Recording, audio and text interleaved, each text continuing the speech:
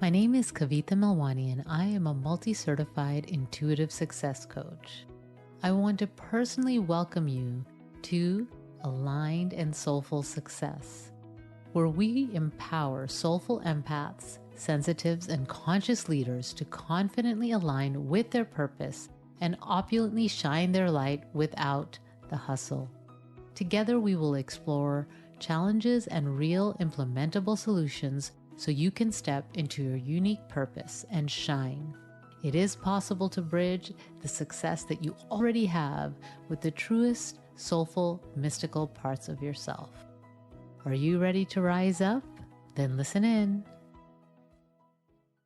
Hello, and welcome to this episode on empathic entrepreneurs. So in this episode, I am going to talk about some ways, and this is by no means exclusive, some ways that empathic entrepreneurs are different. And specifically, I'm going to give 3 ways. And you may have heard some of this in my previous interview, and you will hear some of these traits in my interview next week with Karen, which I'm excited to share with you. In the meantime, let's start talking about it.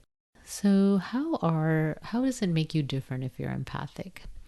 So one of the things is that since you feel other people's energies when you are in your business, there is the ability to use that in a way to your advantage.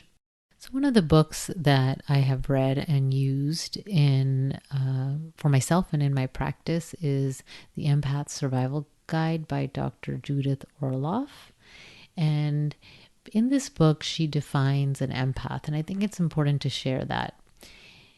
And I know I have been seeing this word being used a lot lately. I mean, empathy and being empathic is something that we are all capable of. We just have all either been born with or adapted to the world in a certain way. Our persona and what we present to the world is as an empath. And so that is why you can identify or may identify yourself as an empath. So she says that empaths share some or all the traits of highly sensitive people or HSPs. And this trait was discovered by Dr. Elaine Aron. So some of the traits are low thresholds for stimulation, the need for time alone, sensitivity to light, sound, or smell, not really liking large groups. It may take you longer to wind down after a busy day. So that's a few of the things. She said that empaths take it a step further and that we can sense subtle energy. Okay. And so this capacity can impact us in deep ways, right? And I know that she also talks about something called this, that describes some of the science of empathy, and specifically mirror neurons. I don't know why I have trouble saying that. So she says that researchers have discovered that there's a group of brain cells that are responsible for compassion. And these cells enable everyone to mirror emotion, to share another person's pain, fear, joy. Okay. But empaths are thought to have hyper responsive mirror neurons. Okay. And so that is what's leading to being an empath. And those neurons are triggered by outside events. All right. So that's one piece of the science that she presents in this book. But more importantly, since we can sense the energy around us, right, we can sometimes have trouble distinguishing someone else's discomfort from our own, and also have the ability to have spiritual and intuitive experiences that are profound. Now, this is not limited to empaths, but, it's just we have a higher tendency to have those abilities, right? And she says, according to her, being highly sensitive person and an empath are not mutually exclusive. You can be both at the same time. Okay, so she talks more about that. So I just wanted to give a general overview. I didn't want to go too much into depth, but just give you that. And so if you think about this idea of mirror neurons and that you have, let's say they're a little bit stronger, right? how can you use this in your business? So you can use this as a way to have deeper relationships with people. And the way that you do business is through relationships. The way you do business is through connection. The way that you even sell is through connection, right? And so when we try to do business in a way that is anti our strengths, right? Sometimes that can be more difficult. Now, we can learn to do anything. We can choose to be who we want in the world. We can show up in that way. And you can also choose to use things that come naturally to you, right? So I don't want to recommend that you limit yourself, right? If there's something that you want to do, then that desire is there, and I would love for you to do that. If you're feeling blocked with that, something that has profoundly helped me is doing shadow work, specifically Jungian shadow work, and which is why I've chosen to do that type of work with individuals, because that can provide the ability to really choose how you want to show up in the world, what you can do, and move despite whatever feelings you have. Now, not pushing away the feelings, but moving through them and not having it, control what you do. And so then you can choose to use your intuition. So the first way that you can be a little bit different as an entrepreneur is by using your intuition. Using your intuition in client sessions, using your intuition to make decisions, using your intuition to choose the next path, choose who you're going to work with, choose your mentors, maybe even choose the colors for whatever business graphics. But when you're using your intuition, it's really important to discern what is fear and what's your intuitive guidance, right? And so that takes some time and practice.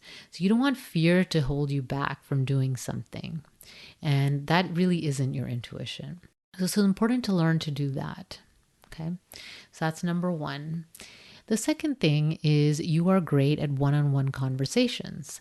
So since you are really great at one-on-one conversations, you are able to connect with a person using those mirror neurons that I promise I'll be able to pronounce it properly one day, using those in those relationships. But this is a conscious process, right? So instead of sitting there and being impacted and not knowing, well, is that their feeling? Is that my feeling? What's going on here? But instead, being grounded, and being grounded is really important if you're empathic and sensitive and feel energy like that, if you'd identify as that. And I can talk about that in another episode. There are many ways to feel grounded and present. And maybe you already have a practice that you intuitively have been doing, but don't even realize that it's grounding. Okay, but remember that that's really important. So being present in using that strength and your ability to connect on a one-on-one level and identifying that is going to help you move your business forward. So think out of the box and think how you can use that. How can you connect one-on-one? And how can you use that as a way to build, grow, and run your business? Okay. And then the third thing is the creativity.